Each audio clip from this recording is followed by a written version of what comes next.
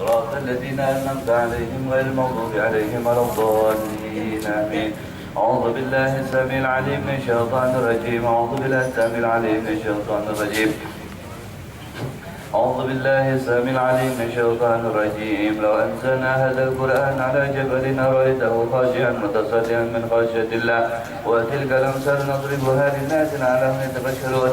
الله الذي لا إله إلا هو عالم الغيب والشهادة هو الرحمن الرحيم. الله الذي لا إله إلا هو الملك القدوس السلام المؤمن المهيمن العزيز الجبار المتكبر. سبحان الله عما يشركون. الله هو الخالق البارئ المصور له الأسماء الحسنى يسبح له ما في السماوات والأرض وهو العزيز الحكيم. أعوذ بالله السميع العليم من الشيطان الرجيم. أعوذ بالله السميع العليم من الشيطان الرجيم. أعوذ بالله السميع العليم من الشيطان الرجيم. أعوذ بكلمات الله التامات من شر ما خلق. أعوذ بكلمات الله التامات من شر ما خلق. أعوذ بكلمات الله التامات من شر ما خلق. بسم الله الذي لا يضر مع اسمه شيء في الأرض ولا في السماء وهو السميع العليم. بسم الله الذي لا يضر مع اسمه شيء في الأرض ولا في السماء وهو السميع العليم. بسم الله الذي لا يضر مع اسمه شيء في الأرض ولا في السماء وهو السميع العليم. بسم الله الرحمن الرحيم. لا حول ولا قوة إلا بالله العلي العظيم. بسم الله الرحمن الرحيم. لا حول ولا قوة إلا بالله العلي العظيم.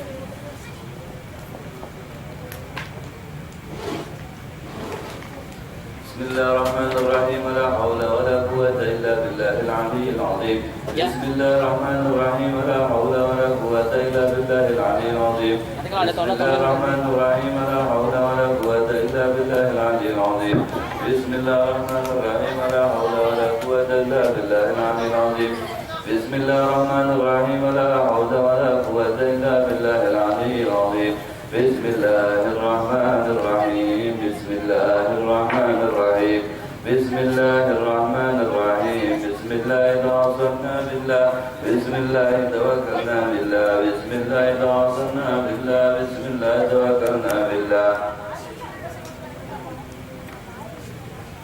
بسم الله آمنا بالله ومن يؤمن بالله لا خوف عليه. بسم الله آمنا بالله ومن يؤمن بالله لا خوف عليه. بسم الله آمنا بالله ومن يؤمن بالله لا خوف عليه. سبحان الله عز الله. سبحان الله جل الله. سبحان الله عز الله. سبحان الله جل الله. سبحان الله عز الله. سبحان الله جل الله. سبحان الله بحمده. سبحان الله العظيم. سبحان الله بحمده. سبحان الله العظيم. سبحان الله بحمده. سبحان الله العظيم. سبحان الله والحمد لله ولا إله إلا الله والله أكبر. سبحان الله والحمد لله ولا إله إلا الله والله أكبر. سبحان الله والحمد لله ولا إله إلا الله والله أكبر. سبحان الله والحمد لله ولا إله إلا الله والله أكبر. يا لطيفا بخلقه يا عليما بخلقه يا غفيرا بخلقه ارزق بنا يا لطيف يا عليم يا خبير. يا لطيفا بخلقه يا عليما بخلقه يا خبيرا بخلقه ارزق بنا يا لطيف يا عليم يا خبير. يا لطيفا بخلقه يا عليما بخلقه يا خبيرا بخلقه ارزق بنا يا لطيف يا عليم يا خبير.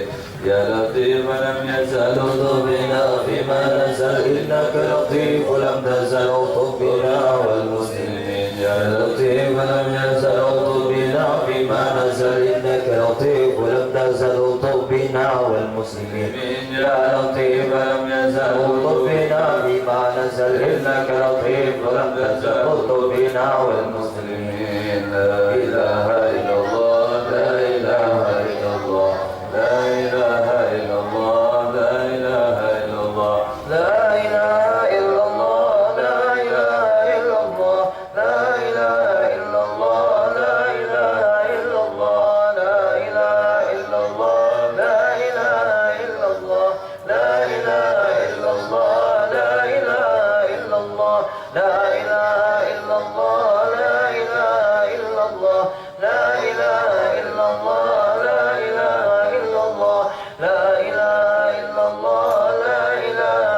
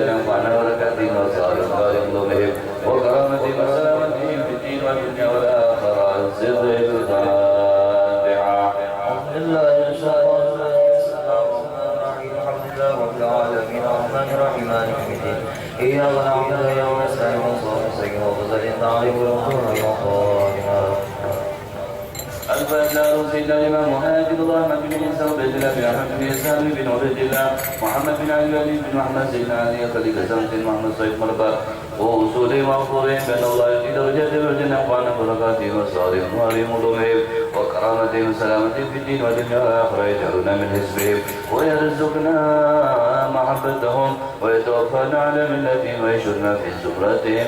الفاتحة.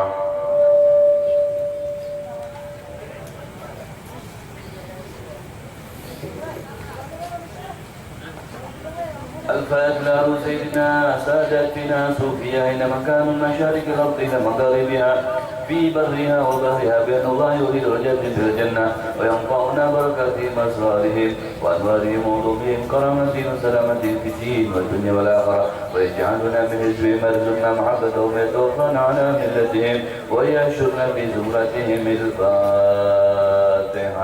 أعوذ بالله من الشيطان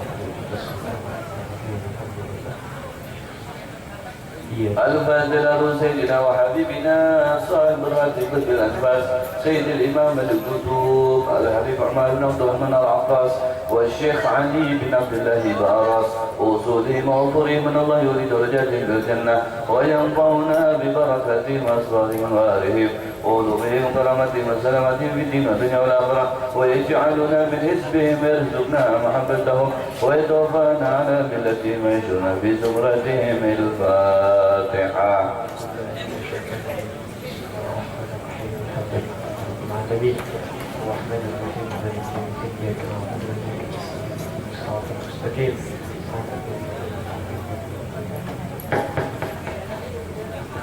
الفاتحة للقبول والتمام كل سوء المأمول والصلاح الشان الظاهرة وباطنا دافعة لكل شر جالبة لكل خير لنا ولوالدينا ولأحبابنا ولمشايخنا ولمعلمنا بأن الله ينور قلوبنا وقالبنا مع التقى والهدى والعفاف والغنى والموت على دين الإسلام والإيمان بلا محنة ولا امتحان بحق سيدي ولجأة ولكل ناس صالحة وإلى حضرة النبي. الفاتحة.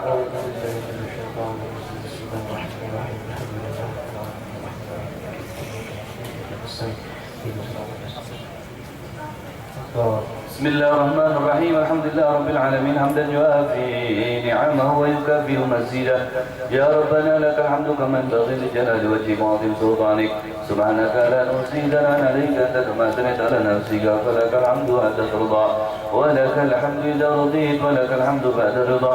اللهم صل وسلم على سيدنا محمد في الأولين وصل وسلم على سيدنا محمد في الآخرين وصل وسلم على سيدنا محمد في كل وقت وعيد وصل وسلم على سيدنا محمد في الملأ الأعلى إلى يوم الدين وصل وسلم على سيدنا محمد حتى ترث الأرض ومن عليها وأنت خير الوارثين. اللهم إنا نستغفرك نستودعك ديننا وابداننا ونفوسنا وأموالنا وأولادنا وأهلنا وكل شيء أعطيتنا. اللهم اجعلنا وإياهم في كنافك وأمامك وإياك من كل شيطان مريض والجبار عنيد وذي عين وذي بغي وذي حسد من شر كل ذي شر إنك على كل شيء قدير.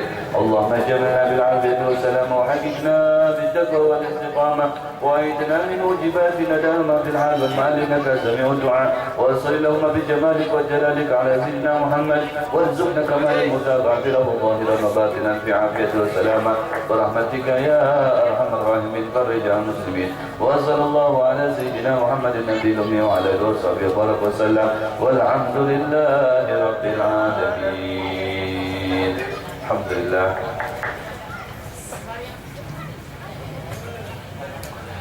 Baru saja kita sama-sama telah membaca Khatibul Abbas yang isinya adalah zikir dan sholawat kepada junjungan kita Nabi Muhammad sallallahu alaihi wasallam.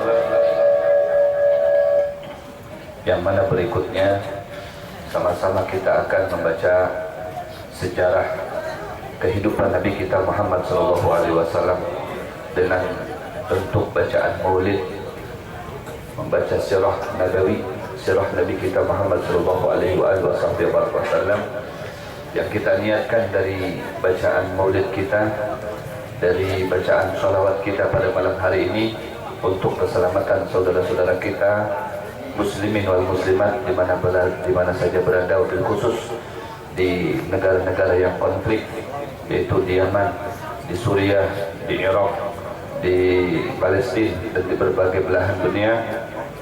berkat kita bantu sholawat, berkat kita sholawat kepada Rasulullah, berkat kita memuji Rasulullah SAW dan berdoa kepada Allah, kiranya Allah berikan keselamatan, berikan kekuatan, berikan kemenangan, berikan ketabahan kepada mereka saudara-saudara kita muslimin wal muslimat di mana saja berada. Wabil khusus untuk kita yang hadir pada malam hari ini, Allah Subhanahu wa taala berikan kekuatan iman kita, berikan ketetapan Islam kita, berikan taufik ya, kekuatan untuk dapat melaksanakan ibadah kita kepada Allah Subhanahu wa taala, dan serta mudah-mudahan Allah berikan kemudahan dalam segala urusan-urusan dunia dan akhirat kita. Allah berikan segala kesenangan dan kebahagiaan dalam kehidupan kita. Allah kabulkan semua hajat-hajat kita. Allah berikan kesembuhan dalam segala penyakit-penyakit yang kita derita, sehingga kita pulang dari tempat ini membawa keberkahan dari Allah Subhanahu wa taala, membawa keselamatan dan kebahagiaan dalam keluarga kita, membawa kesenangan di dalam hati kita, ketenangan, serta Allah Subhanahu wa taala mengabulkan semua hajat-hajat kita. Ala hadhihi niyyah wa fi kulli niyyah salihah wa ila hadratin Nabil Fatihah.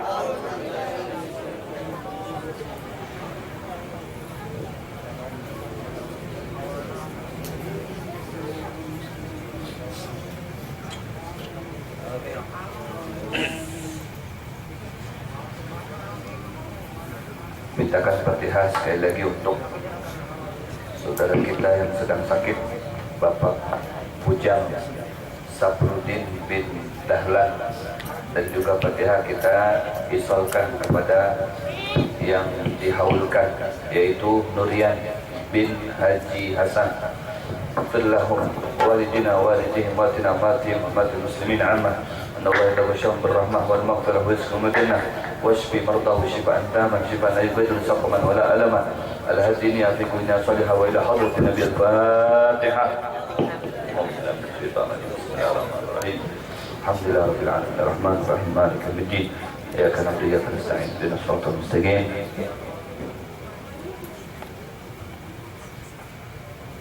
Wallahualam. Amin. Fatihah sekali lagi untuk pengarang kitab Maulid Adiyah Ulami, guru kami, guru kita semuanya, Al-Habib Ahmad bin Muhammad bin Hafiz, Syekh Abu Bakar bin Salim, wa jami'il masyayikh wal ulama fitarin, wa fi jami'il biqa'.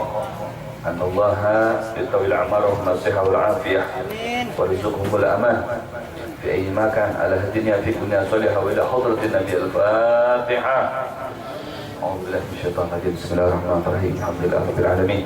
Arrahmanir rahim. Maliki yaumiddin. Iyyaka na'budu wa iyyaka nasta'in. Ihdinas siratal mustaqim. Siratal ladzina an'amta 'alaihim ghairil maghdubi 'alaihim waladdallin. Amin.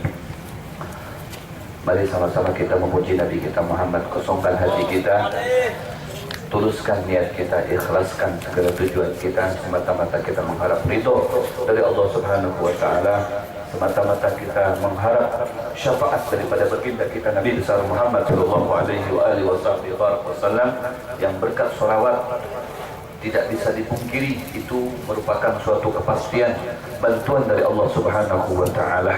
Seperti mana saya dapatkan dan saya rasakan ketika saya di kota Tarim, di mana sekitar kota Tarim penuh dengan konflik, kejadian-kejadian, pemboman dan letupan-letupan senjata di sana sini. Akan tetapi mereka ahli Tarim yang begitu banyak bersolawat kepada Rasulullah, yang begitu lekat selalu membaca Al-Quran dan berzikir kepada Allah, maka Allah berikan keselamatan untuk mereka, berikan ketenangan untuk mereka, berikan kesejahteraan untuk mereka. Dan begitu pula di saat kita selalu bersolawat kepada Nabi Muhammad, maka suatu mukjizat Allah berikan kepada Nabi Muhammad untuk kita semuanya. Allah berikan kesenangan dan kebahagiaan, Allah berikan keamanan, Allah berikan kelapangan dan jiwa kita dan dada kita, insyaAllah. Wa ya ayyuhar rajun minhu syafa'atan wa sallimu taslima. Allahumma salli wa sallim wa barik alaihi wa ala ya ayyuhal mushtaquna ila ru'ya jamalih sallallahu alaihi wa sallim تسليما اللهم صل وسلم وبارك عليه وعلى آله ويا من يخطب وصاله يقظة ومناما صلوا عليه وسلموا تسليما اللهم صل وسلم وبارك عليه وعلى الجنة ونعيمها سعد لمن يصلي ويسلم ويبارك عليه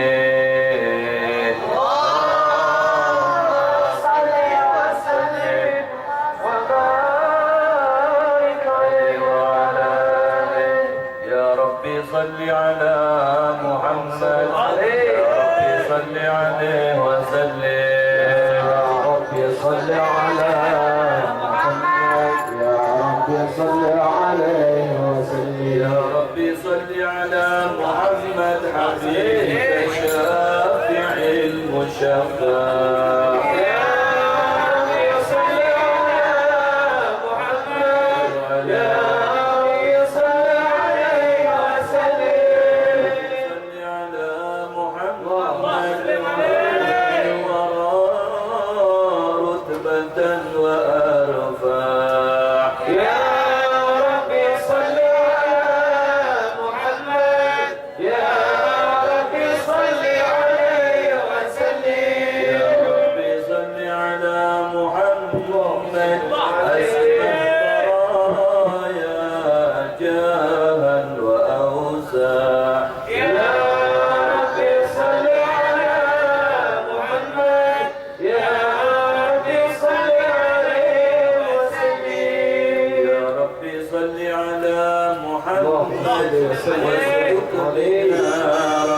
خير ما يا رب صل على محمد يا رب صل عليه وسلم يا رب صل على محمد واشفي كل موجع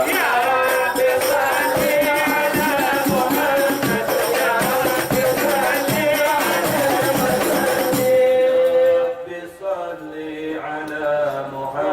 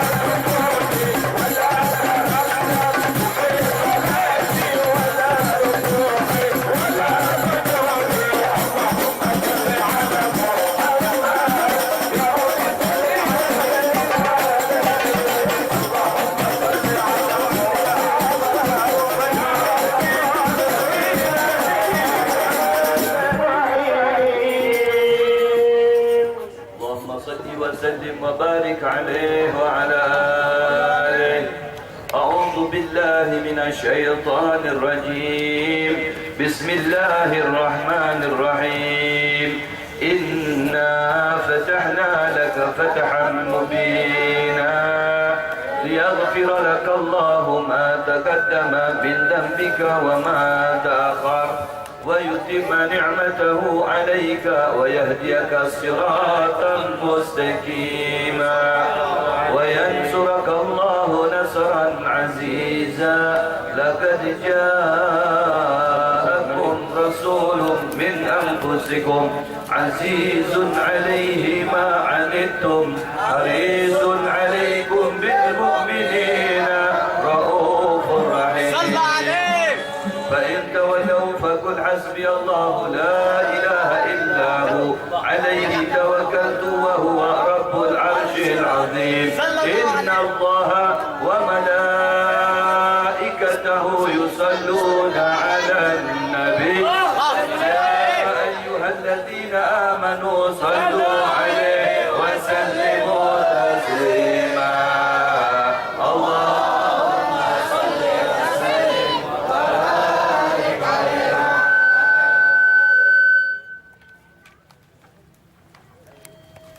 اللهم صل وسلم وبارك عليه وعلى آله. الحمد لله الذي هدانا بعبده المختار من دعانا إليه بالذكر وقد نادانا لبيك يا من دلنا وحدانا. صلى عليك الله بارك الذي بك يا مشفع خصانا وحبانا مع آلك الأطهار معدن سرك الأسماء فهم سفن النجاة حمانا وعلى صحابتك الكرام حماة دينك أصبحوا لولائي عنوانا والتابعين لهم بسر بما حدا حاد المودة أن يجعل أشجانا. والله ما ذكر الحبيب لدى المحب إلا وقد حواني نشوانا. أين المحبون الذين عليهم بذل النفوس مع النفاء استهانا. لا يسمعون بذكر طه المصطفى إلا به اندعشوا وتبرانا. فزادت الأرواح تشتاق اللقاء وتحن تسأل ربها رضوانا. حال المحبين كذا فاسمع إلى سير المشفع وهب الآذانا. وانحل إلى أوصاف طه المجتبى واحذر قلبك يمتلئ وجدانا. يا ربنا صل وسلم دائما على حبيبك إليك دعانا. اللهم صل وسلم وبارك عليه وعلى آله. Lelaki tampan sayang kalau tidak sembahyang. Nabi Yusuf lagi tampan rajin sembahyang. Perempuan cantik sayang kalau tidak sembahyang. Aku telah lagi dan rajin sembahyang.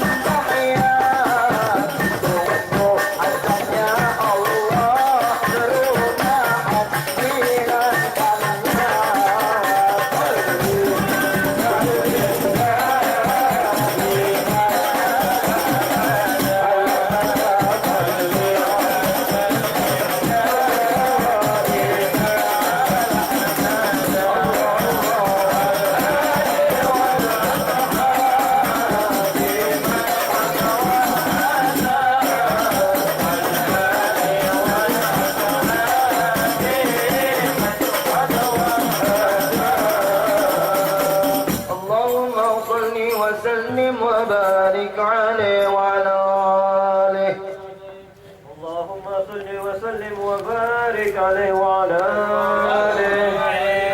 فبعث الله فقال جاءكم نور فسبحان الذي أنبانا ويقول الله عبده من في ذكره أعظم به منانا هو رحمة المولى تأمل قوله فليفنه واغدوا به فرحانا مستمسكا بالعروة الوثقى ومعتزما بحبل الله من أنشانا واستشعرت أنوار من قيل متى كنت نبيا قال آدم كان بين التراب وبين ماء فاستفق من غفلتي عن ذا وكن يقظانا واعبد إلى أسرار ربي لم يزل يدخلني بين الحيال مصانا لم تفترق من صعبتين إلا أنا في خيرها حتى بروزي وأنا خيار من خياري قد خرجت من نكاح لي إلهي صانا ظهره الله حماه اختاره وما براك مثله إنسان وبحبه وبذكره والنصر والتوقير رب العرش قد أوصانا يا ربنا صل وسلم دائما على حبيبك إليك دعانا اللهم صل وسلم وبارك عليه محمد إن القلوب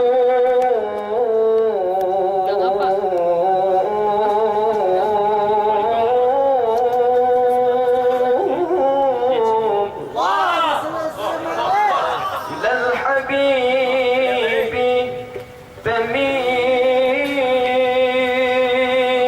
تميل ومعي بذلك شاهد ودليل إن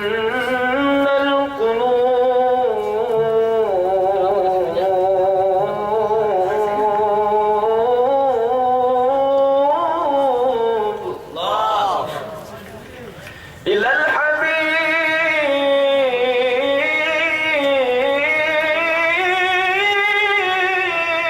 الحبيب تميل ومعي بذلك شاهد ودليل دليل دليل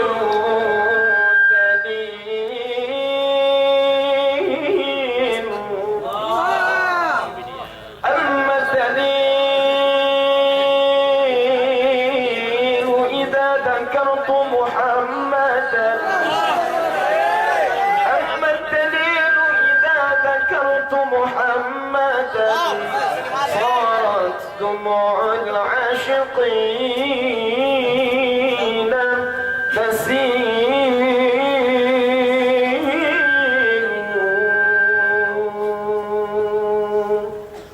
أيا من جاءنا حق النذير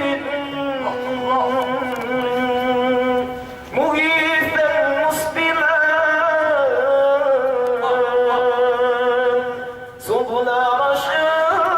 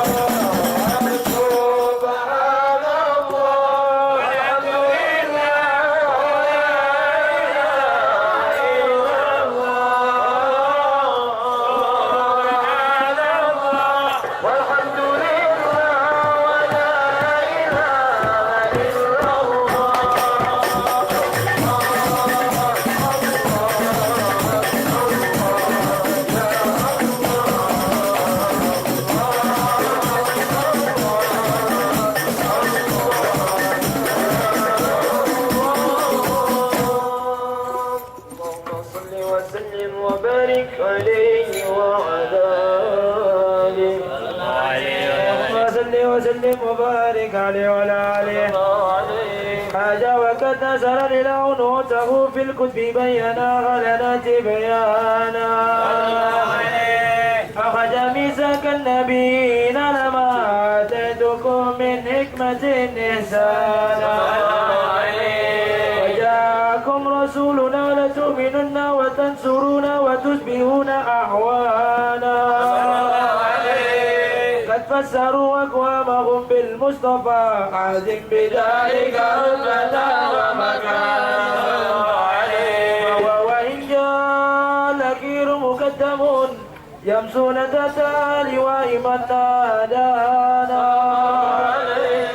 يا أمة الإسلام أول ساب ومسفى أنا قد لا أتوانا حتى هنا نرفع وصوت توكل يسمع لكونك نجم فركبانا ولواء حمد الله جل بيدي والأول نادي على الجنان وأكرم الهلق على الله أنا فلقد هبك الله منه هنانا فلسوف يؤتيك فترضى جل من تقاصر عن أطاه نعانا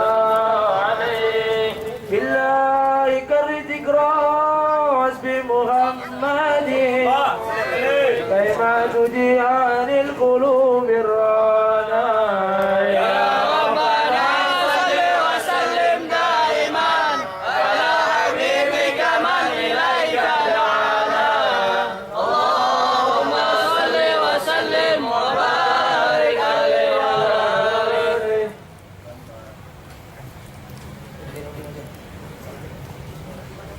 صلى على محمد اللهم صل وسلم وبارك عليه محمد محمد محمد نبينا محمد محمد محمد حبيبنا محمد محمد محمد نبينا محمد محمد محمد حبيبنا إن ساير ساير جنبينا إن ساير ساير بلاغنا إن خديجة بركوكا إن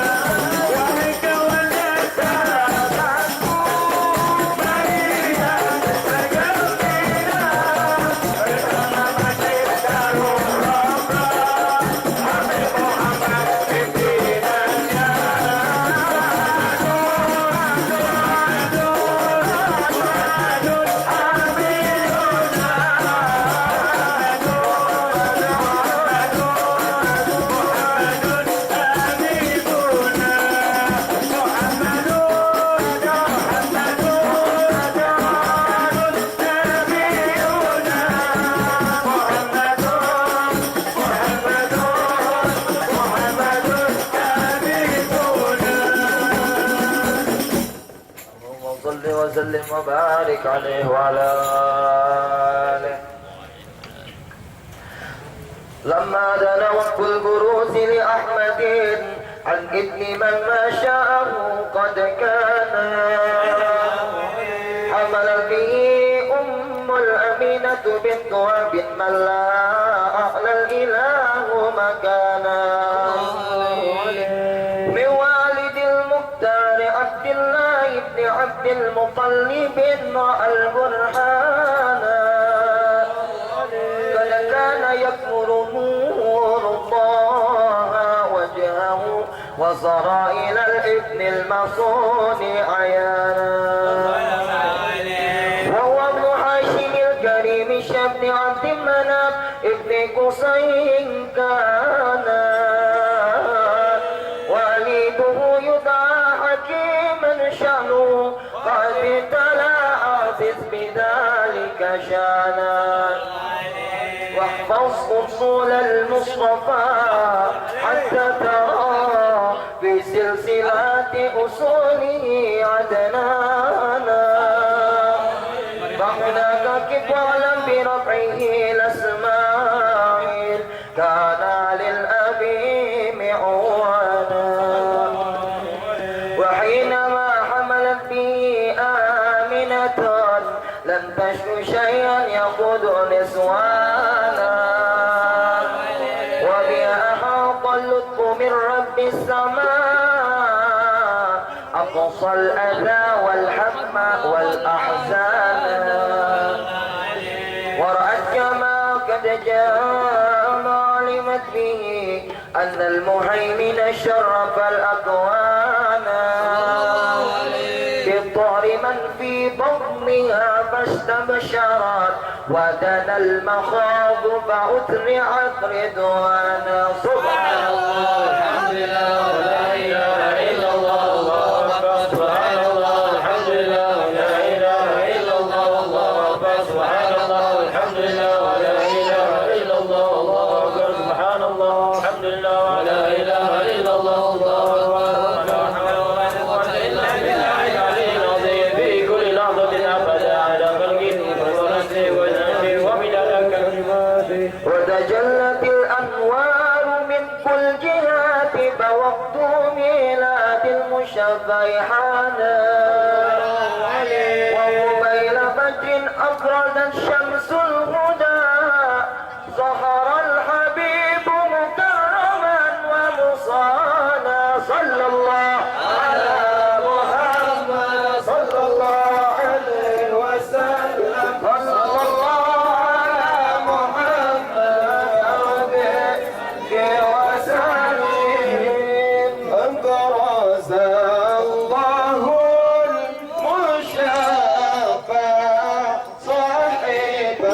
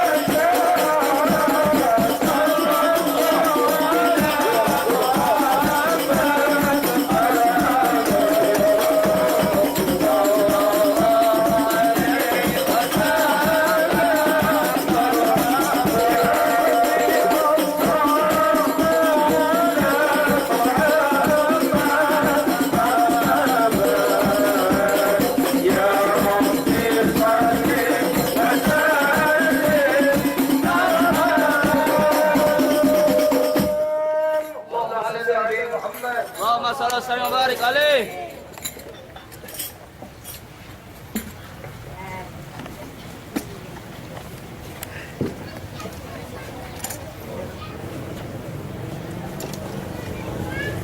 Bismillahirrahmanirrahim. Assalamualaikum warahmatullahi wabarakatuh. Waalaikumsalam warahmatullahi wabarakatuh. Alhamdulillah. Wassallallahu ala sayyidina wa maulana Muhammad wa ala ali sayyidina Muhammad, amma ba'du. Rabbi syrah li sadri wa yassir li amri wahlul 'uqdatam min lisani yafqahu qawli wa fi qalbi wa saddid lisani bihaqqi sayyidina Muhammad. Habaibul fudala, para habaib yang saya hormati dan yang saya muliakan, khusus Sayyidil Walid, orang tua kami Al-Mukarram Al-Habib Alwi bin Tahir Al-Hamid, hafizahullah wa ra'ah. Amin. Asatidatul fudala dan para tuan guru, khusus guru kita, guru Sudli dan guru-guru lainnya yang tidak dapat kami sebutkan namanya satu persatu. Mudah-mudahan kita doakan beliau-beliau senantiasa diberikan umur panjang, sehat walafiat. Juga para hadirin wal hadirat, para pecinta Nabi Muhammad SAW, yang mudah-mudahan senantiasa diberikan kekuatan, berikan taufik, berikan hidayah, berikan inayah, serta dibanjiri rahmat dari Allah Subhanahu wa ta'ala. Alhamdulillah, puji syukur senantiasa kita panjatkan kehadirat Allah Jalla Jalaluhu yang berkat limpahan rahmat taufik serta hidayahnya. Kembali malam hari ini kita dapat hadir untuk sama-sama bersolawat kepada Nabi Muhammad SAW, untuk sama-sama menuangkan kerinduan dan kecintaan kita kepada kasih Allah Nabi Muhammad SAW,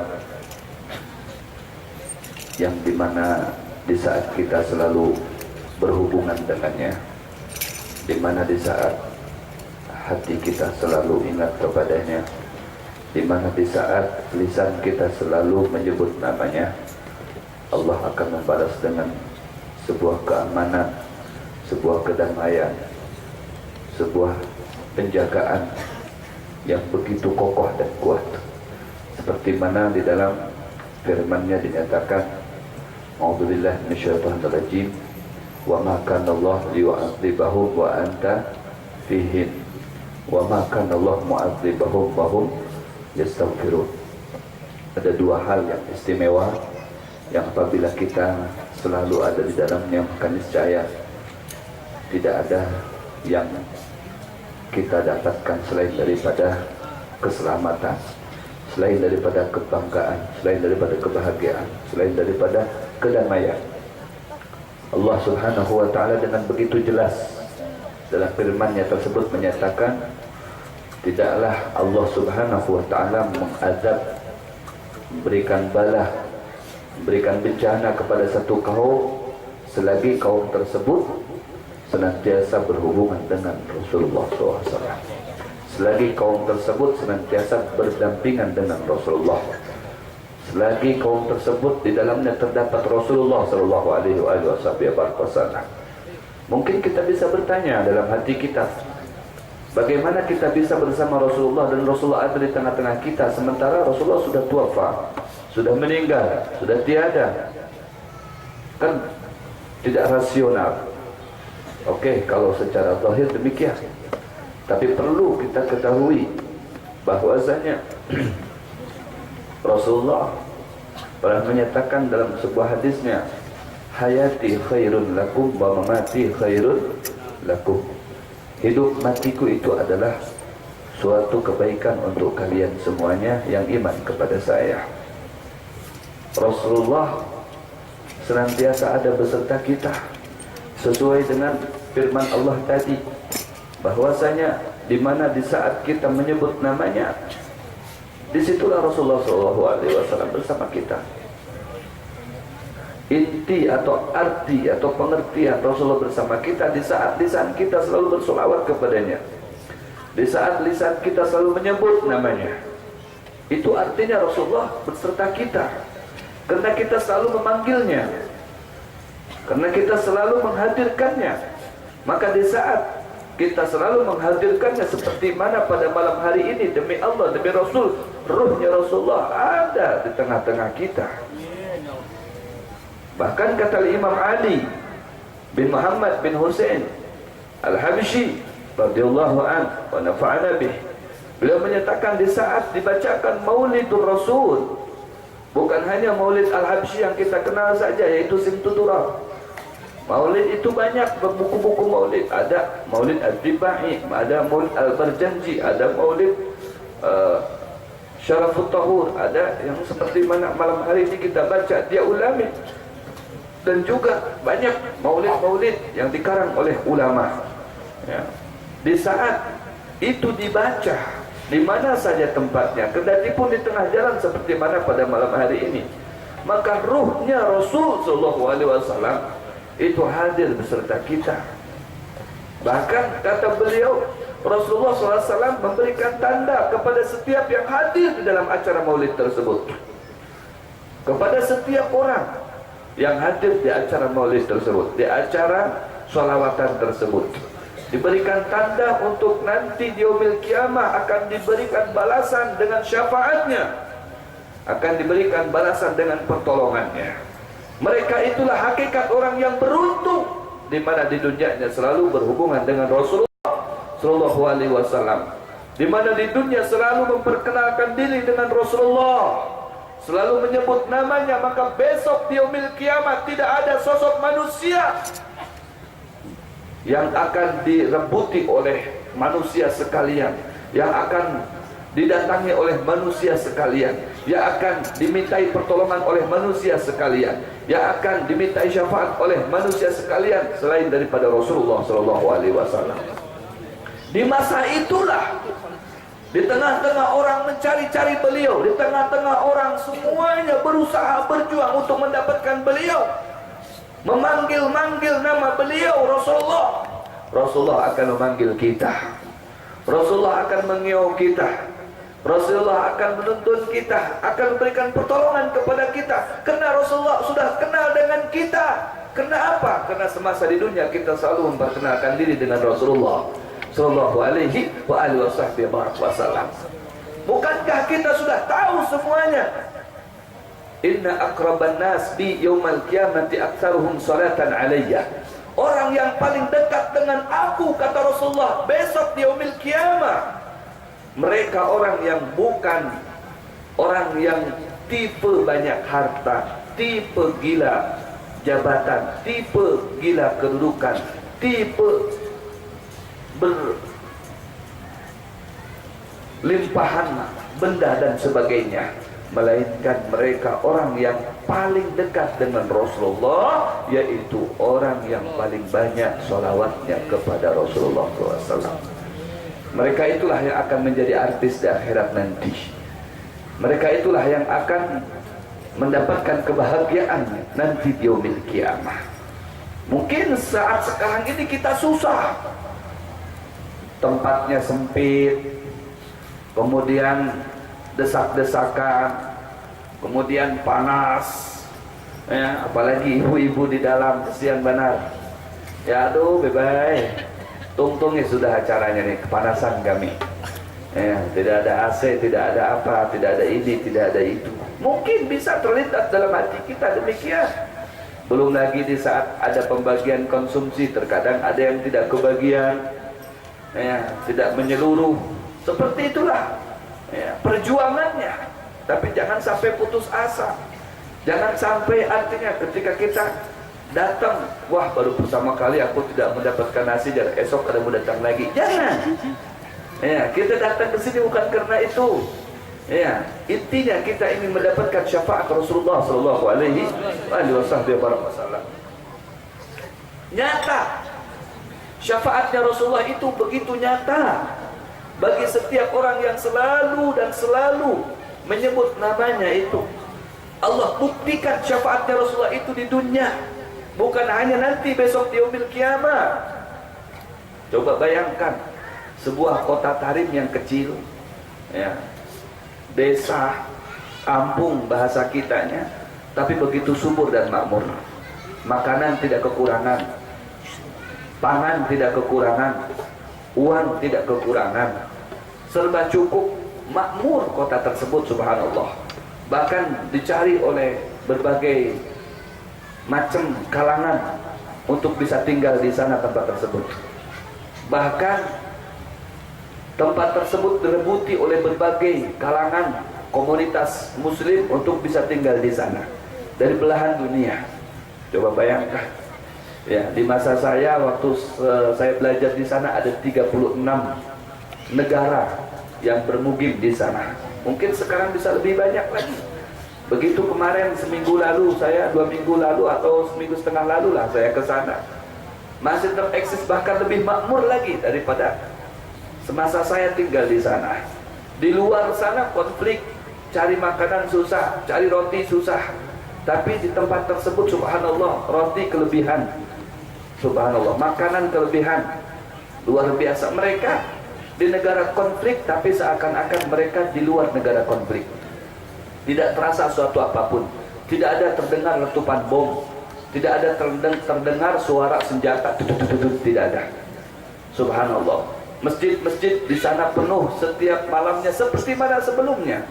Baca Al-Quran, menghatamkan Al-Quran, luar biasa. Ulama-ulama begitu tenang, terlihat dari raut mukanya. Setiap saat menebar senyumnya kepada siapapun yang ada di hadapannya, menunjukkan kesenangan dan kebahagiaan yang mereka dapatkan. Subhanallah. Begitu keluar daripada kota tersebut, perbedaan dalam hati itu sangatlah signifikan, bisa dirasakan. Apa penyebab kesemuanya itu? Apakah karena dilindungi askar? Tidak. Bandara internasional lebih berlapis dilindungi oleh askar. Istana presiden jauh lebih berlapis dilindungi oleh askar, oleh tentara. Tapi tetap kehancuran datang, ya, menyelimutinya. Begitu juga bandara, begitu juga tempat-tempat yang lainnya. Kenapa sebuah kampung begitu aman dan sejahtera?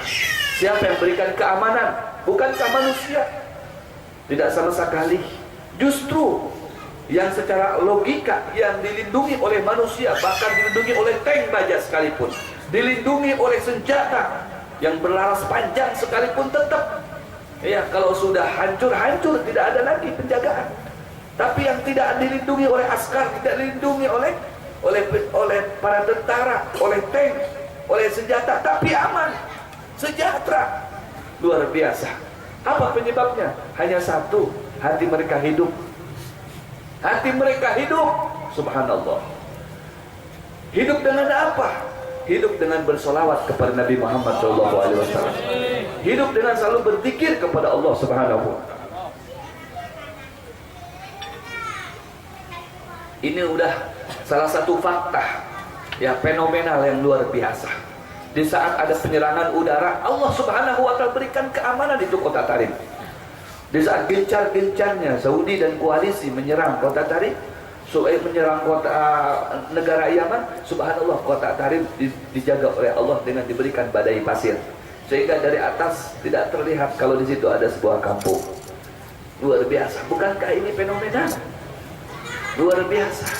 Kenapa bisa sampai sedemikian rupa penjagaan, perlindungan dari Allah Subhanahu wa Ta'ala? Satu, saya katakan, karena hati mereka hidup. Hati mereka tidak lepas dari bersolawat kepada Nabi Muhammad. Dengan cinta kepada kekasih Allah, barang tentu Allah tidak bakalan tinggal diam. Maka Allah akan memberikan perlindungan yang khusus kepada siapapun. Allah akan berikan penjagaan yang ekstra kepada siapapun, di mana seseorang selalu berhubungan dengan kekasih Allah yang bernama Muhammad. Karena sudah terlebih dahulu dikulturkan oleh Allah Subhanahu wa Ta'ala, tidak bakalan aku siksa, tidak bakalan aku binasakan, tidak bakalan aku hancurkan mereka, kaum, kelompok, negara, daerah, kampung, desa, selagi mereka selalu berhubungan dengan Nabi Muhammad SAW. Tapi sebaliknya, kalau sudah jauh dari Nabi Muhammad, kalau sudah lalai dengan Nabi Muhammad, kalau sudah melepaskan baju cintanya kepada Nabi Muhammad, kalau sudah melepaskan hati rindunya kepada Nabi Muhammad, baju imannya kepada Nabi Muhammad, kendati pun dilapis dengan baja, dengan apapun, tetap kehancuran yang akan ada datang kepadanya. Dengan itu bersyukur kepada Allah. Allah Subhanahu wa taala berikan kemudahan kepada kita untuk senantiasa kita bisa hadir, bisa berkumpul semata-mata untuk bersalawat kepada Nabi Muhammad. Barang tentu di saat kita karena Rasul, pasti secara otomatis karena Allah. Di mana kita taat kepada Rasul, pasti taat kepada Allah. Man ata'a ar-Rasul faqad ata'a Allah. Siapa yang sudah mengaplikasikan taatnya kepada Rasul, maka secara otomatis dia taat kepada Allah Subhanahu wa taala. Jadi saat kita bersolawat kepada Nabi Muhammad, mengeluk-elukkan Nabi Muhammad, cinta kepada Nabi Muhammad, bukan berarti kita tidak cinta kepada Allah. Itu sudah merupakan satu paket otomatis. Jadi langsung cinta kita dihubungkan dengan Allah Subhanahu wa taala, yang akan dibalas oleh Allah untuk kita tidak lain selain daripada kedamaian, selain daripada kesenangan dan kebahagiaan. Konflik di berbagai daerah dan di berbagai tempat, bahkan berbagai negara, merupakan pelajaran bagi kita. Mari kita bentengi daerah kita, kota kita dengan kita bersolawat kepada Nabi Muhammad SAW. Dibentengi dengan apa? Dibentengi dengan kita bersolawat kepada Rasulullah. Allah akan membentengi kita, Allah akan menjaga kita, Allah akan melindungi kita. Jangan kita ikut-ikutan orang yang tidak senang solawat kepada Nabi Muhammad. Jangan kita ikut-ikutan orang, terpengaruhi oleh orang yang tidak cinta kepada Nabi Muhammad Sallallahu Alaihi Wasallam. Maka dengan cara seperti ini, inilah perjalanan salaf, perjalanan para ulama-ulama kita, yang mereka mendoktrin kita untuk cinta kepada Nabi Muhammad lewat acara-acara seperti ini, lewat perkumpulan seperti ini, lewat sholawatan seperti ini, akan tertanam sedikit banyak cinta hati kita kepada Nabi Muhammad Sallallahu Alaihi Wasallam. Kemudian yang kedua, yang bisa mengangkat dan menjauhi kita dan mengeluarkan kita dari konflik, dari krisis, segala bentuk krisis multidimensi, yaitu beristighfar kepada Allah Subhanahu wa taala. Wa ma kana Allah mu'adzibahum wa hum yastaghfirun. Selagi kita beristighfar kepada Allah Subhanahu wa taala, memohon ampun, artinya kita menerima bahwasanya dalam kesehari-harian kita tidak lepas daripada dosa. Dari kesehari-harian kita tidak lepas daripada kesalahan. Itulah manusia.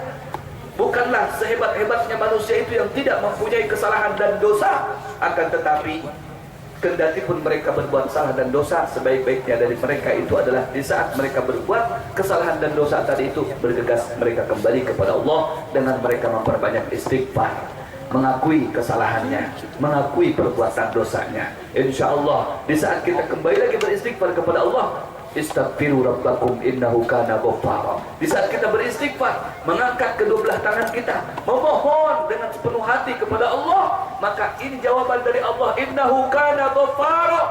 Allah akan mengampuni semua dosa-dosa kita. Tidak cukup sebatas di situ saja. Yursilis samaa alaikum midrara. Allah akan banjirkan kita dengan hujan dari langit, hujan rahmat, hujan rizki, hujan berkah, hujan magfirah, ampunan dari Allah Subhanahu wa taala. Wa yumditkum bi amwali wa banin. Allah akan suburkan anak-anak kita. Allah akan perbanyak harta kita yang miskin, insyaallah. Dengan kita duduk di majlis seperti ini, bersolawat dan beristighfar kepada Allah, tidak menutup kemungkinan 2-3 hari ke depan, 2 minggu atau 3 minggu ke depan, 1, 2, 3 bulan ke depan, sebelumnya kita miskin, maka Allah akan menjadikan kita orang kaya. Amin. Tidak mustahil Allah dengan mukjizatnya, dengan kudrah dan iradahnya, dengan kun fayakunnya, kita yang susah menjadi senang, kita yang miskin menjadi kaya, kita yang susah menjadi senang. Insya Allah. Yang penting jangan sampai lupa sholawat dan istighfar kita kepada Allah Subhanahu wa taala. Astaghfirullah Rabbal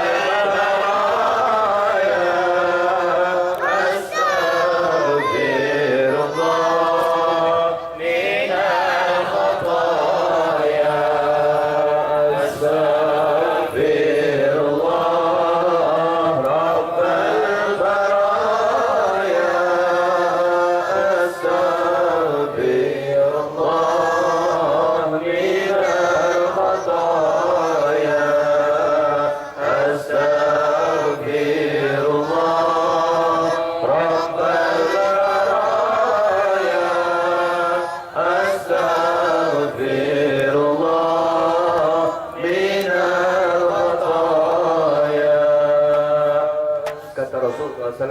Siapa yang beristighfar di malam hari, Allah akan mengampuni kita dari malam hari sampai siang hari. Dan barang siapa istighfar di siang hari, Allah akan mengampuni kita dari siang hari sampai malam hari. Kalau bisa kita istighfar siang dan malam, supaya siang dan malam kita pun selalu dibanjiri dengan ampunan dari Allah Subhanahu wa taala. Tiada yang saya sampaikan yang paling pantas untuk antum semuanya selain daripada mudah-mudahan antum dibalas oleh Allah Subhanahu wa taala. Mudah-mudahan semua amal baik antum dibalas oleh Allah. Semua istighfar kita diterima oleh Allah. Salawat kita menjadi penyebab kita mendapatkan syafaat besok di kiamat. Dan mudah-mudahan keluarga kita diberikan keberkahan oleh Allah Subhanahu wa taala, dibanjiri rahmat oleh Allah Subhanahu wa taala, dijadikan keluarga mawaddah sakinah warahmah, keluarga yang sejahtera, keluarga yang subur dan makmur insyaallah. Dan mudah-mudahan sekali lagi daerah kita ya Allah, Engkau berikan keamanan kepada kami, Kau berikan bimbingan kepada kami, Kau berikan penjagaan kepada kami, Kau berikan pemeliharaan kepada kami, sehingga daerah kami yang kami cintai yaitu kota Samarinda tetap eksis dalam iman kepadamu, dalam iman kepada kasih-Mu Nabi Muhammad. Tetap Samarinda adalah slogannya kota bersolawat kepada Nabi Muhammad. Maka kami bersyukur kepadamu ya Allah, Engkau takdirkan kami segolongan orang-orang yang selalu bersolawat kepada kasih-Mu Muhammad. Mudah-mudahan sifat kebaikan kami ini tidak terputus sampai di sini, sampai titik akhir hayat kami tetap selalu ingin bersolawat kepada kasih-Mu Nabi Muhammad. Hidupkan kami dengan cinta kepadanya, matikan kami dengan cinta kepadanya, dan kumpulkan kami bersamanya di yaumil qiyamah dalam surga-Mu ya Allah ya Rabbal Alamin. Billahi taufiq wal hidayah wal ridha wal inayah wal afu minkum. Wassalamualaikum warahmatullahi wabarakatuh. Dan mohon Fatihah untuk almarhum Marlim Syahroni bin Suratman dan almarhum Mastur bin Ali, serta Fatihah kembali untuk Nurian bin Haji Hasan, serta Fatihah tadi yang untuk orang sakit ya, mudah-mudahan diberikan kesembuhan oleh Allah Subhanahu wa taala. Hadini afikunna salihah wa ila hadratin Nabil Fatihah.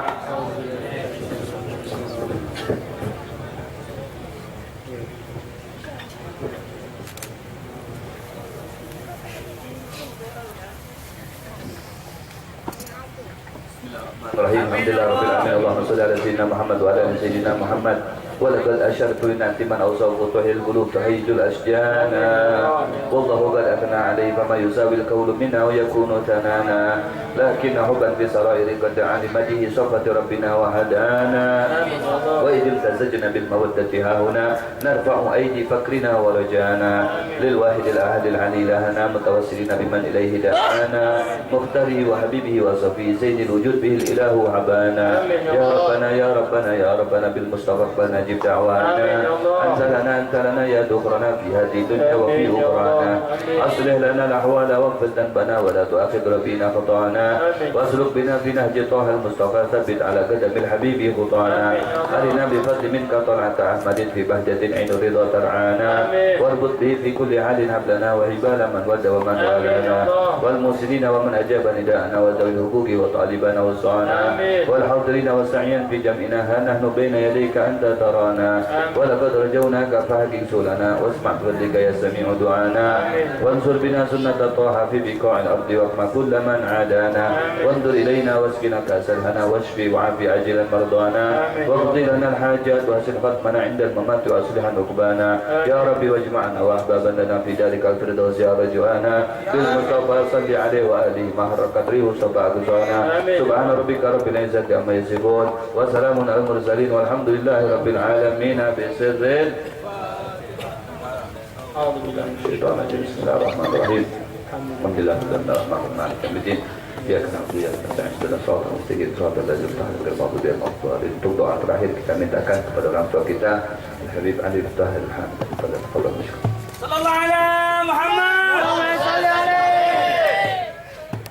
Bismillahirrahmanirrahim. Alhamdulillah rabbil alamin. Allahumma shalli wa sallim ala sayyidina Muhammadin salatan taghfiru biha dhunub وتصلح بها القلوب وتنطلق بها العصوب وتلين بها السوق وعلى آله وصحبه ومن إليه منسوب.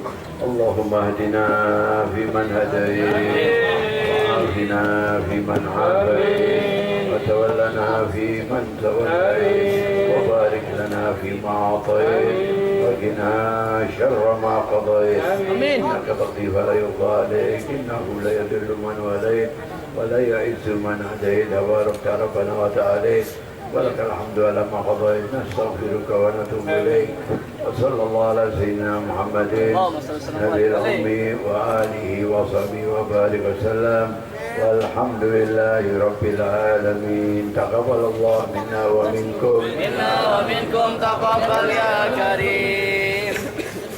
يا تارم يا تارم يا تارم يا تارم شايل الله شايل الله شايل الله شايل الله يا تارم يا تارم يا تارم شايل الله شايل الله شايل الله شايل الله بدعتك أولياء بدعتك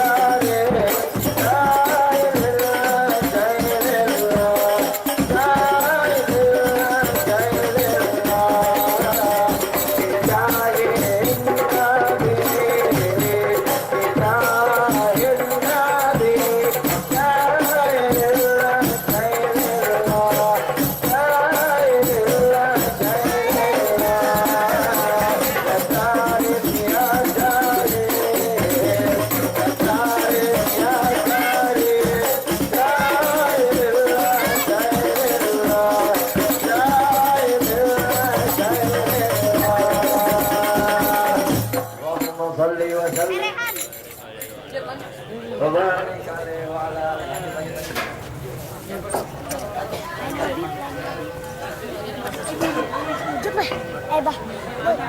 Assalamualaikum warahmatullahi wabarakatuh. Jamaah sekalian, kaset minggu lalu kehabisan. Alhamdulillah sekarang sudah ada kembali bersama kami. Hadiahnya tetap kaset daripada Al-Habib Ahmad Al-Habsyi atau Habib Ayi, Ikhwah Ahbabul Toha perdana MP3. Ada 9 lagu di sini dan sudah kami coba, masya Allah bagus. Mereka sudah sampai ke Malaysia kemarin dan hadiahnya kaset ini Rp35.000. Yang berminat silakan menghubungi dewan kru yang ada di samping kiri, kanan, belakang, depan, muka dan atas. Terima kasih. Nah, ibu-ibu kalau mau pesan juga bisa untuk syiar dakwah. Terima kasih. Harganya berapa harganya?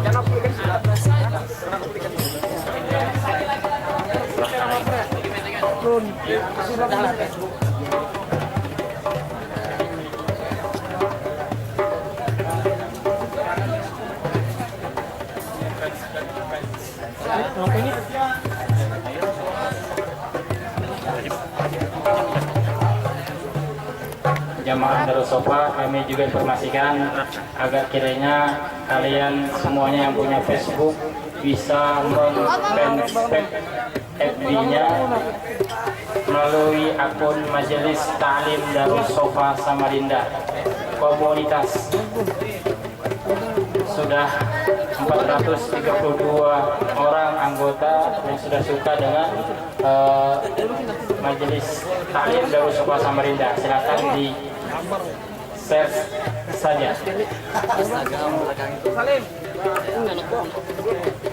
Nah, juga ada ditampilkan foto-foto kegiatan Majelis Ta'lim Darus Sofa serta berbagai macam foto-foto para habaib dan yang lainnya. Silakan dibuka sendiri Majelis Ta'lim Darus Sofa Samarinda. Silakan bergabung. Ini aja pembagi sisanya. Ini nah depan Bu. Yang depan depan dulu.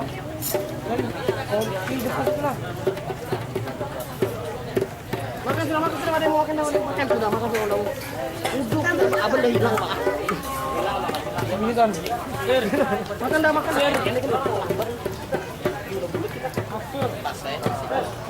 Dah. Amjang. Nah, kenapa barat tuh? Udah kuat aja.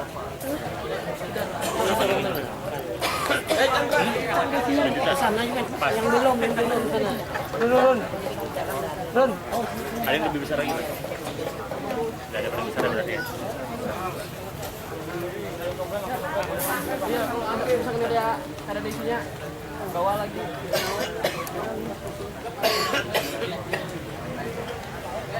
Ambil sendiri. Ini, bangun. Nah, ada satu lagi. Banyak. Air mat. Aja pun. Apa? Berapa? Nasinya. Gurabe.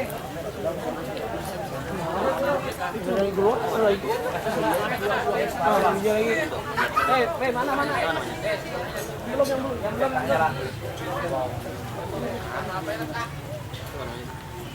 Anu opor. Men. Makan dapat, makan dapat. Oh, makan sudah. Makan sudah. Nasinya makan. Mana nih?